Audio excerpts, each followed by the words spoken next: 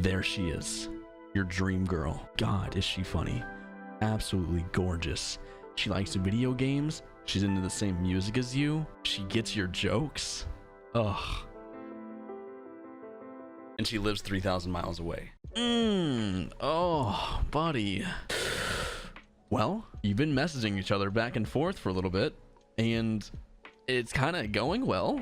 You kind of hit it off, but you know, you're 15, she's 16, and you live in Florida, and she's from Washington, and there's plenty of fish in the sea and all, but oh god, she's just so interesting. How about we just give up any and all chance of developing a relationship that's tangible in the physical realm, IRL, so we can claim this internet person as our significant other for the time being, in hopes that it's gonna work out, because it's definitely gonna work out, right? Oh, e-dating. Electronically dating. The practice of sacrificing your dignity for the futility of a relationship that most likely will never be. Voluntarily cucking yourself for someone that you cannot reach out and touch their face. Tricking yourself into believing that you are in a relationship with someone that you have never met. Granted, that definition doesn't apply to all cases. A more appropriate definition would be dating someone over the internet. To me, that sounds a little paradoxical, like no-handed boxing or tireless drag racing. But for many people, especially in our age group, it's a very real practice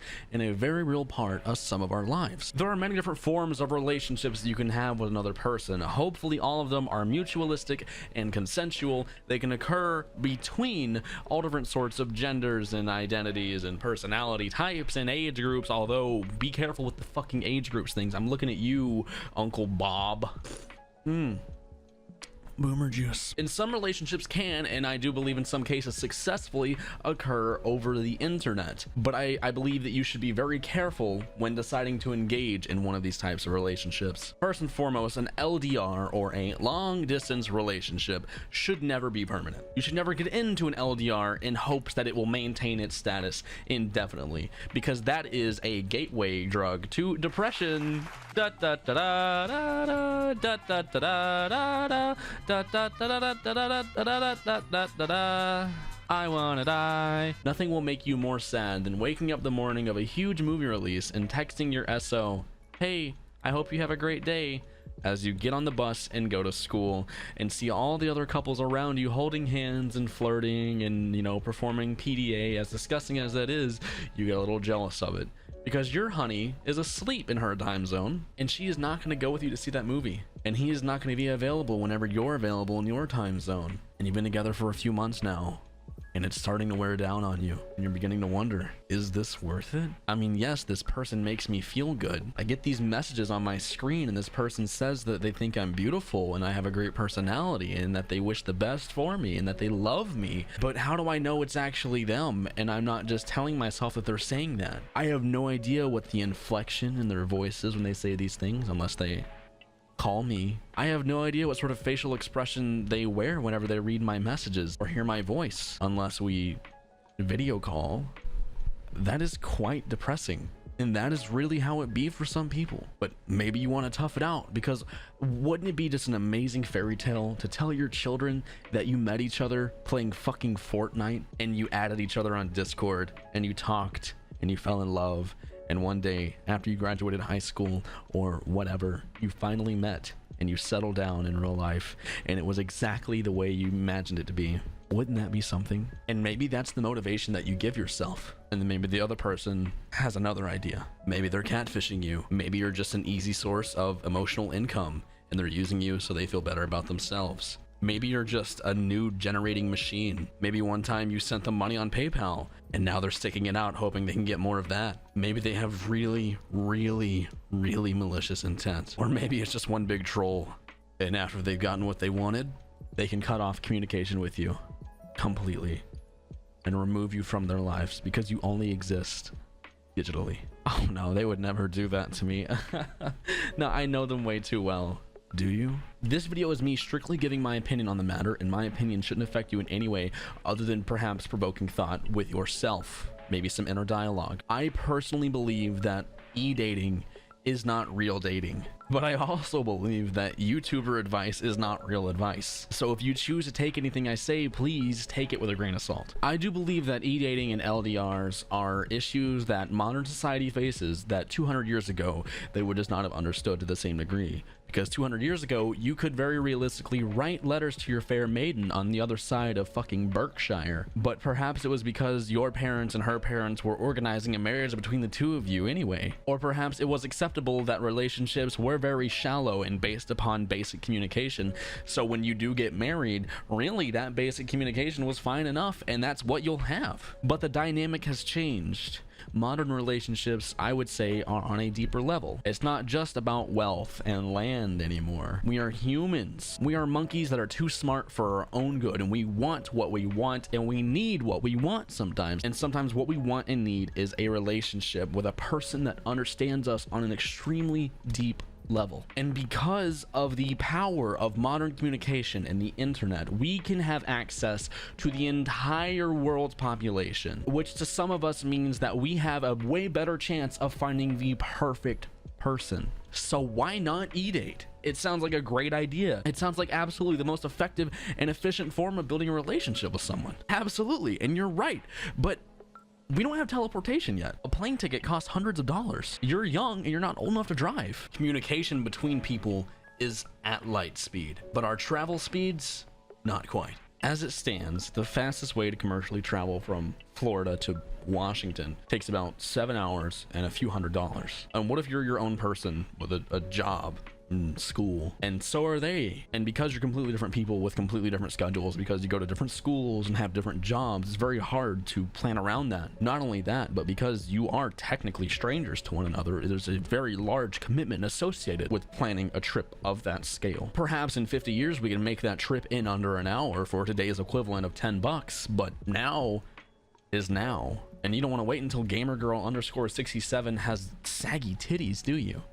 I don't think so. Fellas, I am not trying to talk you out of an e-dating relationship. I just want you to see the reality of things the way they are. And I completely understand that if you're 14 or 15, you are not thinking very long term. And if you are thinking long term, you're usually thinking of it in terms of a fantasy. Like in 20 years, I want to have a big house and 2 kids. The reality of it is, we are animals. We have needs. A lot of them are physical, even though we act like we're these higher fucking beings who only need emotions and sex is gross. It is difficult and borderline mentally unhealthy for you to try to flesh out a long distance relationship until you can finally be with each other again. I have been with my girlfriend for nearly 5 years. After we were together for a year, we had to go long distance for 8 months. And during that 8 months, we almost separated. It was very difficult for me to tell myself that my girlfriend was still my girlfriend when I can't see her, I can't sit next to her, I can't watch a movie with her, I can only see her face through the camera of an iPhone 4. The only physical reminders I had of her were things that she would send me in the mail or things that she had given to me before she left. She was only 3 hours away,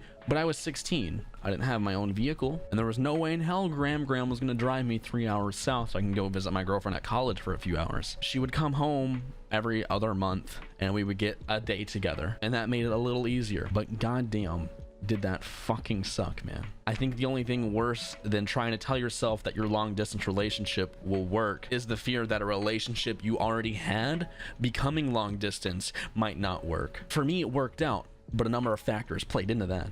We had already been a couple in real life. I was going to the same college as her. I knew that as a definite fact, and I was confident in my love for her, even at the age of 16, when you really don't know shit about love or life. If I had met my girlfriend, let's say, on Clash of Clans, because that was hip when I was 16, even then, I would have said, buddy, don't fool yourself. This is not going to work out. My only other e-dating relationship was one time when I was like 10 or 11. There was this mobile site back when mobile sites were just becoming a thing. It was called sellyoufun.com. My username was like Super Westy Boy, and there was this girl that I was dating. I don't remember her username, but I remember she gave me her phone number and we texted and we dated for like a week. Her name was Kiki, which I thought was interesting. She was from San Antonio, Texas, And I was like, oh, Texas, that's close. I live in Texas. Turns out Texas is fucking huge, and she was 6.5 hours away, but I was also 10. And I broke up with her because she told me her real name was Katie and Kiki was just a nickname, and I thought that she lied to me and I couldn't trust her. Trust issues at 10 years old, boys. If that's not the sign of a broken home, I don't know what is. I would say even then, at that age, in such a naive state of mind for a teenage boy, I had a very clear image of what an e-dater looked like in my head, and it looked a little something like this.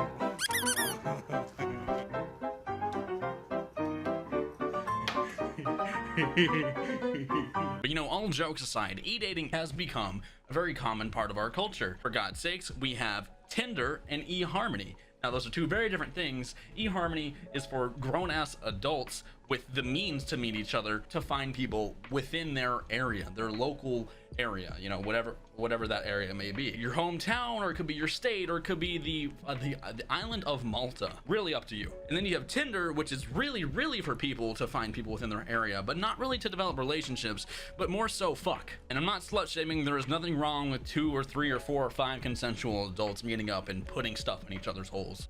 Despite these two very real realities, just remember, ladies and gentlemen, there are no hot singles in your area. And if there were, they definitely would not want to fuck you. Big shout out to anyone afraid of clowns. I hope this didn't disturb you.